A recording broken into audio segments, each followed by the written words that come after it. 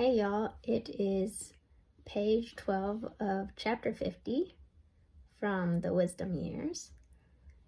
Daily reading. I'm reading the original Chicken Soup for the Soul by Jack Canfield and Mark Victor Hansen. In chapter 1, which is about love on page 5, this story is titled, All I Remember. And I'm going to try to read it without tears in my eyes, but I don't know. This book can get you. If you get it, I'm just warning you. All I remember. When my father spoke to me, he always began the conversation with, "Have I told you yet today how much I adore you?" The expression of love was reciprocated, and in his later years, as his life began to visibly ebb, we grew even closer, if that were possible. At 82, he was ready to die, and I was ready to let him go so that his suffering would end. We laughed and cried and held hands and told each other of our love and agreed that it was time. I said, "Dad, after you've gone, I want a sign from you that you're fine." He laughed at the absurdity of that. Dad didn't believe in reincarnation. I wasn't positive I did either, but I had had many experiences that convinced me I could get some signal from the other side. My father and I were so deeply connected, I felt his heart attack in my chest at the moment he died. Later, I mourned that the hospital, in their sterile wisdom, had not let me hold his hand as he had slipped away. Day after day, I prayed to hear from him, but nothing happened.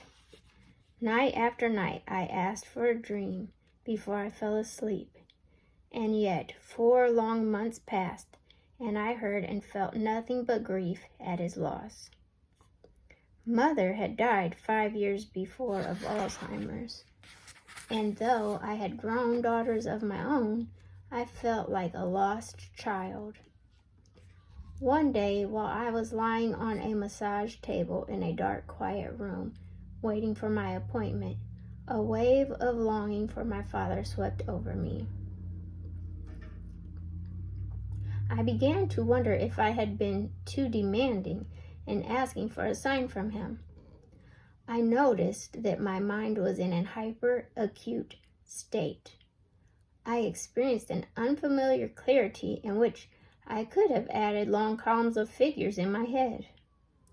I checked to make sure I was awake and not dreaming, and I saw that I was as far removed from a dreamy state as one could possibly be.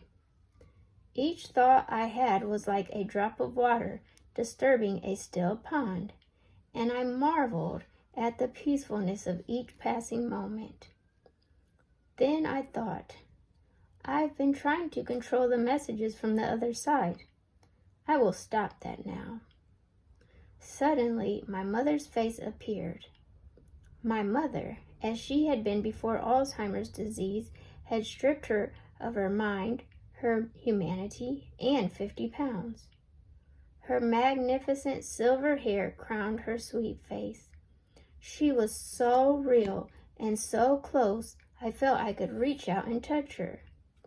She looked as she had a dozen years ago, before the wasting away had begun. I even smelled the fragrance of joy, her favorite perfume. She seemed to be waiting and did not speak. I wondered how it could happen that I was thinking of my father and my mother appeared, and I felt a little guilty that I had not asked for her as well. I said, "Oh, Mother, I'm so sorry that you had to suffer with that horrible disease." She tipped her head slightly to one side, as though to acknowledge what I had said about her suffering. Then she smiled, a beautiful smile, and said very distinctly, "But all I remember is love." and she disappeared.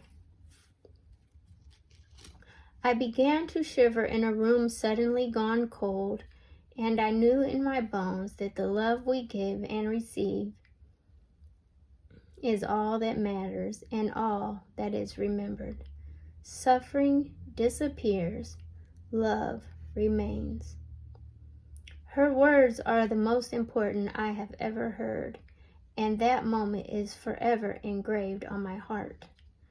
I have not yet seen or heard from my father, but I have no doubts that someday, when I least expect it, he will appear and say, "Have I told you yet today that I love you?"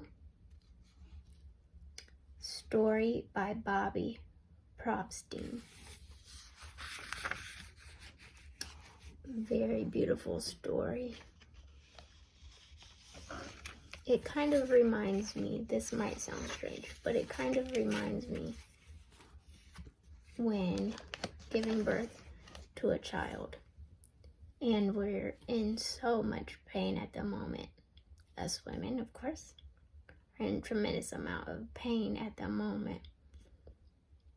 But for the vast majority of us, if we haven't undergone any complications, when we think back at that moment, we don't even remember the pain. All we remember is the joy. So, anyways, I hope that that story touches your heart. And until tomorrow, I'm sending out love, light, and healing energy. Ask that you pay it on and pass it forward. Till then, later. Peace.